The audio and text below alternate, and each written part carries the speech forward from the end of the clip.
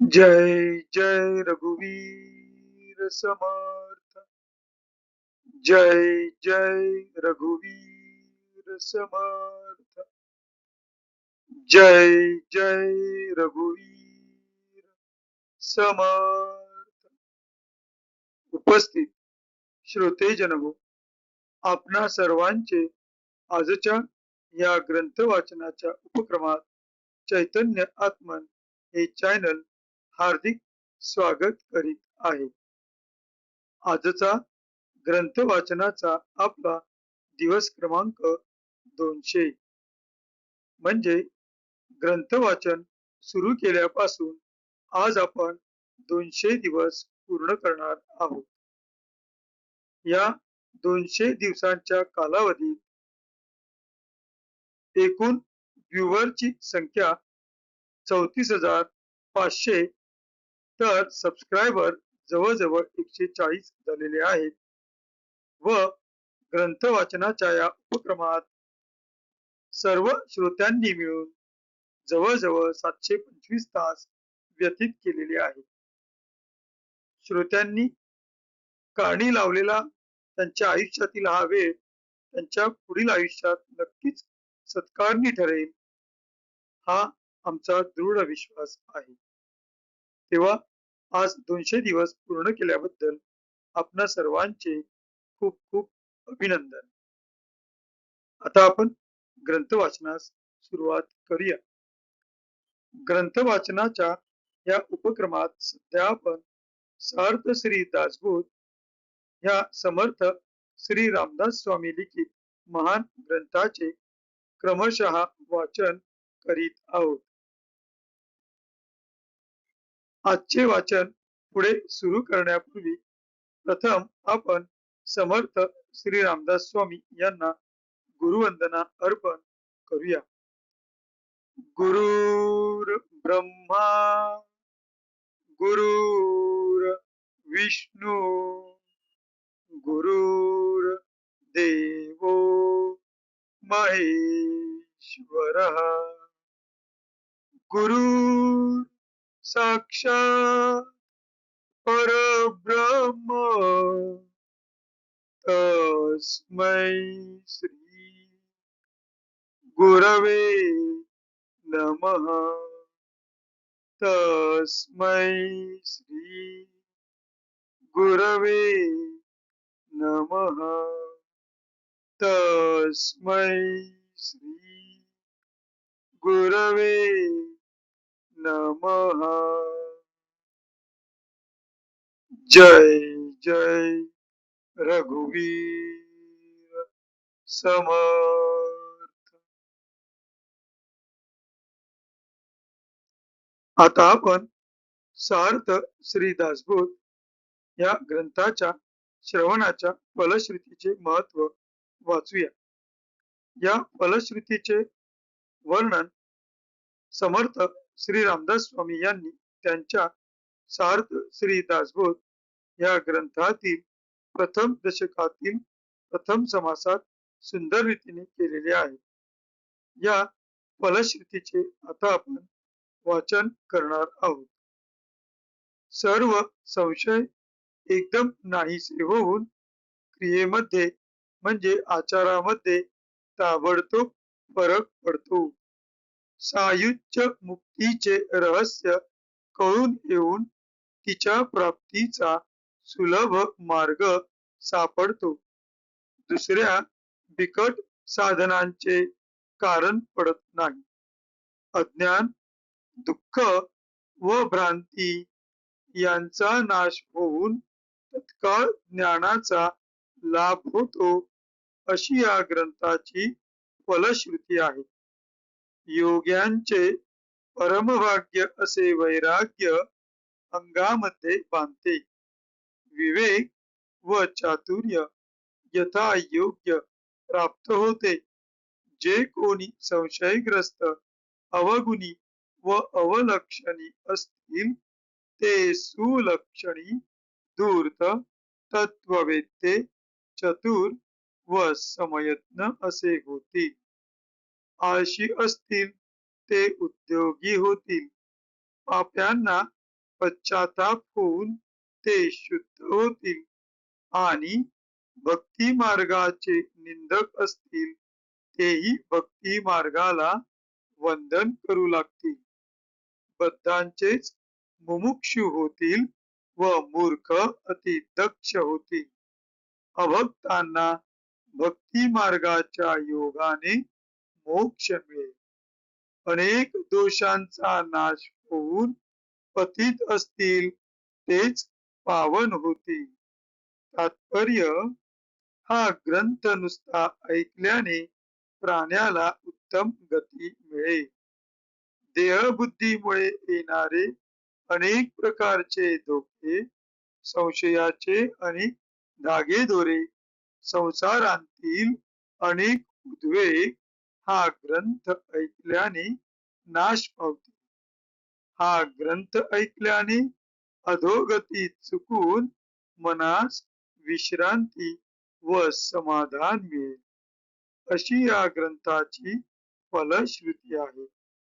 ज्याचा भावार्थ जसा असेल तसे त्याला फळ मिळेल. जय जय रघुवीर समर्थ. आता आपण सार्थ श्री दासबोध या ग्रंथाच्या क्रमशः वाचनास सुरुवात करीत आहोत. सध्या आपण या ग्रंथातील देवशोधनाचा या 6व्या दशकातील ब्रह्म पावन या दुसऱ्या समासाचे क्रमशः वाचन करीत आहोत. मागील भागात आपण पहिल्या 10 ओव्यांचे त्यांच्या मराठीतील अर्थासहित वाचन केले होते. आज आपण या समासातील पुढील 10 ओव्यांचे वाचन करणार आहोत. आपणासमोर जे पृष्ठ दिसत आहे त्या पृष्ठातील वरून पहिलीच ओळ भूतान ऐसा जगदीश या शब्दाने सुरू होते, तर तेथूनच आपण आजच्या ग्रंथ वाचनास सुरुवात करूया. भूतान ऐसा जगदीश म्हणता उत्पन्न होतो दोष, या कारणे महापुरुष सर्वही जाणते. पृथ्वी, आप, तेज, वायो, आकाश या सबाह्यांतरी जगदीश पंचभूतांस आहे नाश. आत्मा अविनाश रूपी, जे जे रूप आणि नाम तो अवघाची भ्रम. नामरूपातीत वर्म अनुभवे जाणावे. पंचभूते आणि त्रिगुण ऐसी अष्टधा प्रकृती जाण. अष्टधा प्रकृतीस नामाभिधान दृश्य ऐसे. ते हे दृश्य नासिवंत ऐसे वेद श्रुती बोलत. निर्गुण ब्रह्म शाश्वत जाणती ज्ञानी. जे शस्त्रे तोडिता तुटेना, जे पावके जाळीता जळेना. कालविता कालवेना आपे करुणी. जे वायोचेनी उडेना, जे पडेना ना जडेना. जे घडेना ना दडेना परब्रह्म ते. ज्यासी वर्णची नसे, जे सर्वांहूनी अनारिसे. परंतु असतची असे सर्व काळ. दिसेना तरी काय झाले, परंतु ते सर्वत्र संचले. सूक्ष्मची कुंदाटले, जे ते तेथे. दृष्टीस लागली सवे, जे दिसेल तेची पाहावे. परंतु गुज ते जाणावे गौप्य आहे. जय जय रघुवीर समर्थ. आता आपण या 10 ओव्यांचा मराठीतील अर्थ जाणून घेणार आहोत. आपणासमोर जे पृष्ठ दिसत आहे त्या पृष्ठातील वरून तिसरी ओळ 11 या अंकाने भूतासारखाच जगदीश आहे या शब्दांनी आजच्या मराठीतील अनुवादाच्या वाचनास आपण सुरुवात करीत आहोत. भूतासारखाच जगदीश आहे असे म्हटल्यास दोष उत्पन्न होतो. म्हणून महापुरुषांना सर्व काही ठाऊक असते. पृथ्वी, आप, तेज, वायू व आकाश या पंचभूतांच्या अंतर्बाह्य परमात्मा व्यापलेला. पंचभूते नाशवंत व आत्मा अविनाशी आहे. जेवढे म्हणून नामरूपात्मक आहे तो सर्व भ्रम होय आणि ब्रह्म नामरूपाच्या पलीकडे आहे हे मर्म स्वानुभवाने ओळखावे. 5 भूते व 3 गुण ही अष्टधा प्रकृती व या अष्टधा प्रकृतीलाच दृश्य असे म्हणतात. हे दृश्य नाशवंत आहे असे वेदश्रुती सांगतात. ब्रह्म दृश्याहून निराळे आहे. निर्गुण ब्रह्म तेवढे शाश्वत आहे हे ज्ञानी लोक जाणतात. ते शस्त्राने तोडू गेल्यास तुटत नाही. अग्नीने जाळू गेल्यास जळत नाही. पाण्यात कालवू म्हटले तर कालवले जात नाही. म्हणजे ते पाण्याने भिजत नाही. ते वायूने उडविले जात नाही. ते पडत नाही, झडत नाही, झिजत नाही, घडत नाही, लपत नाही असे परब्रह्म आहे. ज्यास रंग नाही, जे सर्वांहून वेगळे पण सर्व काळ ते जसेच्या तसेच असते. ते दिसले नाही म्हणून काय झाले, परंतु सूक्ष्म रूपाने ते जेथे तेथे सर्वत्र दाट भरलेले आहे. जे दिसेल तेवढेच पाहावे अशी दृष्टीला सवय लागली आहे. पण ब्रह्म गुज गुप्त आहे हे लक्षात ठेवावे. ते गुप्त व गुढ आहे हे समजून घ्यावे. ते गुप्त विवेकानेच जाणावे. जय जय रघुवीर समर्थ. आता आपण कृतज्ञतापूर्वक समर्थ श्री रामदास स्वामी यांना वंदन करून आजच्या या ग्रंथ वाचनाच्या भागाची सांगता करणार आहोत. शुकासारिके पूर्ण वैराग्य जाचे वसिष्ठा परी ज्ञान योगेश्वराचे कवी वाल्मिका सारिखा मान्य ऐसा नमस्कार माझा सद्गुरु रामदासा.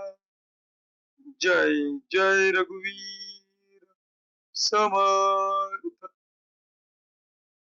उपस्थित श्रोतेजन हो, आपण आपला बहुमूल्य वेळ काढून ग्रंथाच्या ह्या भागाचे आपण श्रवण केले. ग्रंथ वाचनाच्या 200व्या भागात आपण उपस्थित राहिलात त्याबद्दल आपणा सर्वांचे पुन्हा एकदा खूप खूप अभिनंदन व आपणा सर्वांचे खूप खूप आभार. एक नम्र निवेदन आपणा सर्वांस करू इच्छितो. ते असे की आपले रोजचे ग्रंथ वाचन व आपणा सर्वांसाठी ते रोजचे ग्रंथ श्रवण जर आपणास आवडत असेल, रुचत असेल, काही ज्ञानबोध जर या ग्रंथ श्रवणातून आपणास होत असेल तर कृपया आपण आमच्या चॅनलला सबस्क्राईब करा, लाईक करा, शेअर करा. काही सुचवावयाचे असल्यास कमेंटमध्ये असे लिहा.